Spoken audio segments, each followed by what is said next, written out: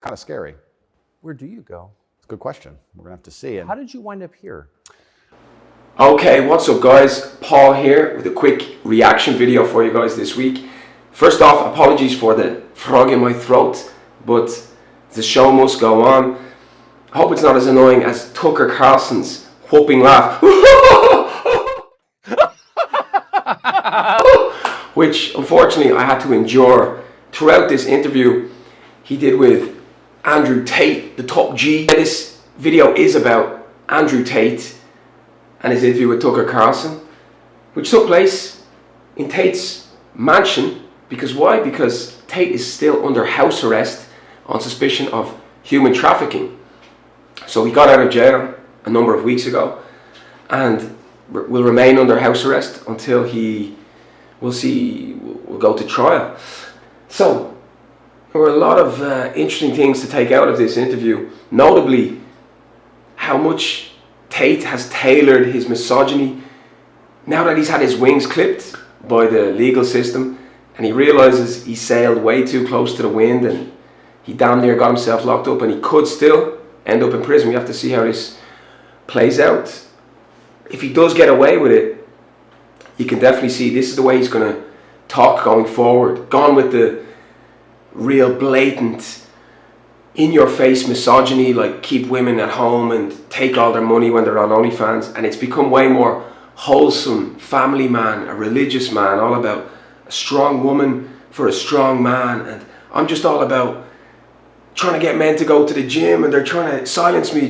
I'm asking men to go to the gym. We all know Tate 1.0 was way more aggressive and misogynistic and toxic than that, but now, you know, he's trying to shift it. He's trying to smoothen his image, and this is what he's doing here in this Tucker interview.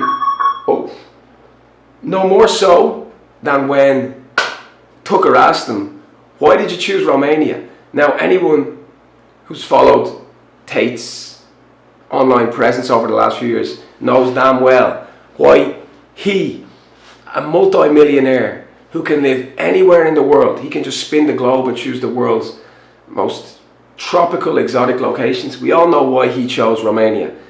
Hang on to the end of the video if you don't know why.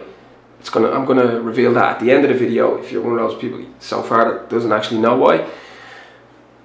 If you do know why, just let's laugh along at his answer when Tucker asked him why did he choose Romania. First of all, yeah, Romania. Let's think about Romania for a moment. What springs to mind with Romania?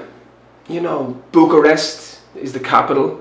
You know, it's always been known as being a little bit behind in terms of development. It will be one of the lesser developed European nations, with a lot of corruption often seems to be spoken about Romania.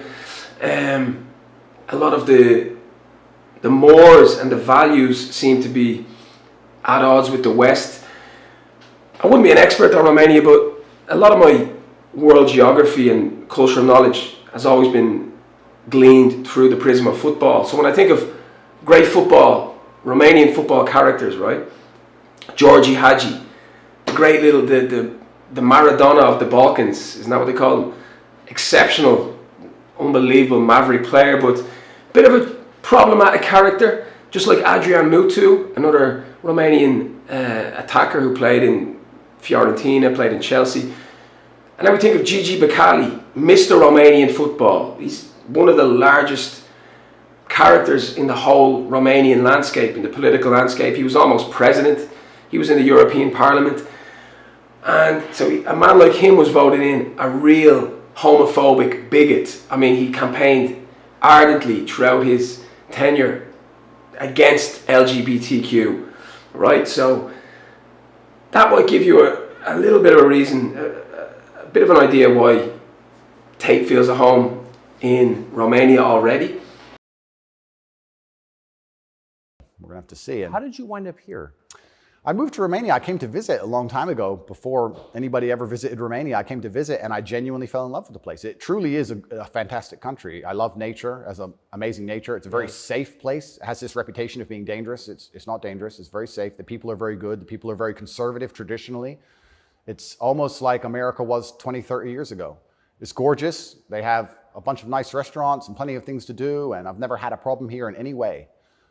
Never had any issue with the law or with the other side, criminals, nothing, until this came out of nowhere. So it's been very strange. So what?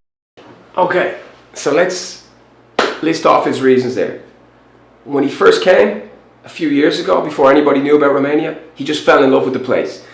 For a man who fell in love with the place and the culture, it's hard to understand why he still can't speak a lick of the language, because we've been hearing him moaning, bitching and moaning that, oh, I can't understand what they're saying to me in court during this whole legal proceeding.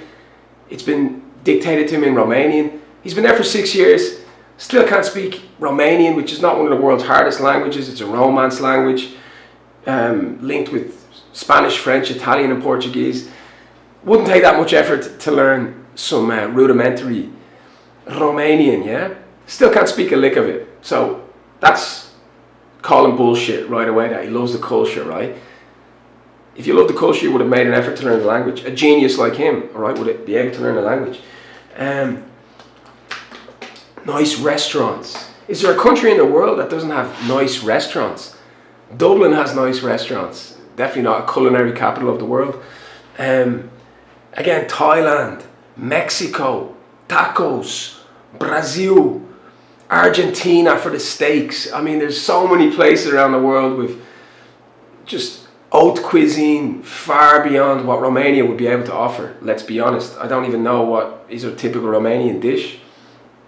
But it's definitely not as famous as French, Italian, Mexican, Vietnamese, or Thai cuisine, all right? Then he talks about safety. Yeah, I'm sure it is safe. I've never heard of much bad stories in terms of safety or danger coming out of Romania. It's always been about corruption. You hear a lot about government corruption, a lot of brown envelopes being passed under tables in Romania. But yeah, I'm sure it's very safe. Probably not as safe as Thailand, the place where I lived for 5 years. And again, a place where digital nomads like him flock to for the weather, for the motorbike culture, for the beaches, for all of that good stuff, yeah? I don't think Romania can offer that kind of lifestyle.